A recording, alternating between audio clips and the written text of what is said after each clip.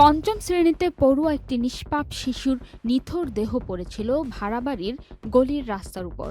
নিখোঁজের মাত্র একদিন পর এমন মর্মান্তিক দৃশ্য দেখে স্তব্ধ হয়ে যায় পুরো এলাকা। মুহূর্তেই কান্নায় ভেঙে পড়ে স্বজনরা।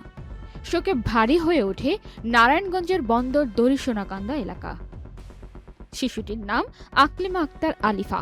22 ডিসেম্বর সোমবার সকালে উপজেলার দড়িসোনাকান্দা এলাকার দেলোয়ার মিয়ার ভাড়া বাসার গলির রাস্তা থেকে তার মরদেহ উদ্ধার করে পুলিশ।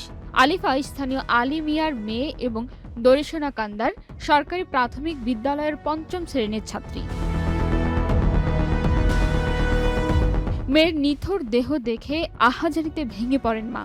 কান্না জড়িত কণ্ঠে তিনি বলে ওঠেন, আল্লাহ তোমার কাছে বিচার দিলাম। তারই আর্তনাদে চোখের পানি ধরে রাখতে পারেননি উপস্থিত কেউই। আমার মায়ের তো চাইতে দেয় নাই, আমার মায়ের গেটের তেলে ভারতে দেয় নাই, আমার মায়ের থাপা দা হয়ে পড়ছে। আমি আল্লাহর কাছে বমু, আমি বিচার চাই, আল্লাহ আমি তোমার কাছে বিচার চাই।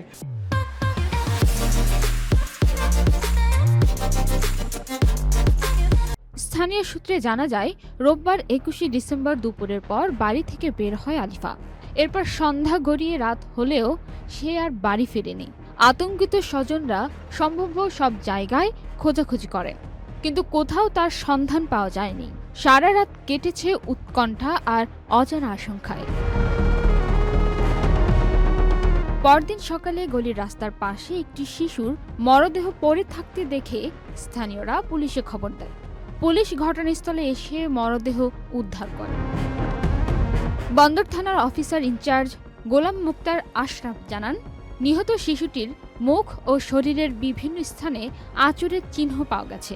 মরদেহটি ময়নাতদন্তের জন্য নারায়ণগঞ্জ জেনারেল হাসপাতালের মর্গে পাঠানো হয়েছে। তিনি আরও বলেন, ঘটনার প্রকৃত কারণ উদ্ঘাটন এবং জড়িতদের শনাক্তে পুলিশ সর্বোচ্চ গুরুত্ব দিয়ে তদন্ত চালাচ্ছে। তদন্ত শেষ হলে বিস্তারিত তথ্য জানানো হবে। নিষ্পাপ আলিফার এমন নির্মম মৃত্যুতে শুধু একটি পরিবার নয়, পুরো এলাকা আজ শোক আর ক্ষোভে স্তব্ধ।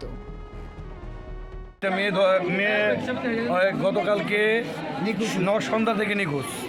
তো ওনার আব্বা এবং আম্মা অনেক খোঁজাখুঁজি করার পর ভোর সকালবেলা ওনাকে এখানে পাওয়া যায়, ওনার লাশ বস্তাবন্দি পাওয়া যায়। মানে মর্মান্তিক ঘটনা ঘটেছে, যেটা মেনে নেওয়ার মতো না। আমরা সাধারণ জনগণ এর বিচার চাই এবং উপযুক্ত শাস্তি চাই। খুনি যেই হোক তাকে ধরে এনে তাকে শাস্তির আওতায় আনতে হবে। পান্না আক্তার, চ্যানেল আই।